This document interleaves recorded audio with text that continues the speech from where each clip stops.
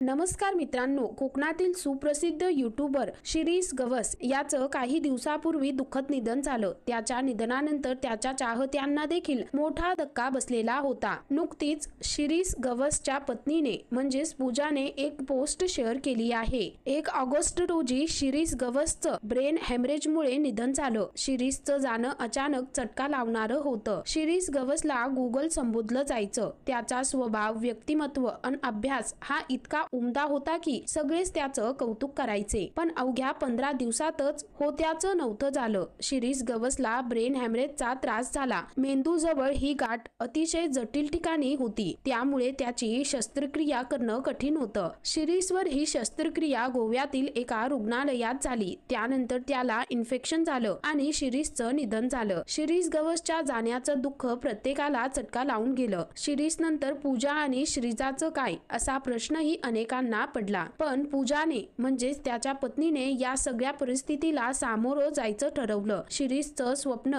Red soil story पुढे न्यायचा निर्णय घेतला। याच दरम्यान रेड सॉइल स्टोरीचे 5 लाख सबस्क्रायबर झाले आहेत। आज तू हवा होतास असं म्हणत पूजाने हळहळ व्यक्त करणारी पोस्ट केली आहे। पूजाची ही पोस्ट वाचून चाहत्यांच्या डोळ्यातही अक्षरशः पाणी आले।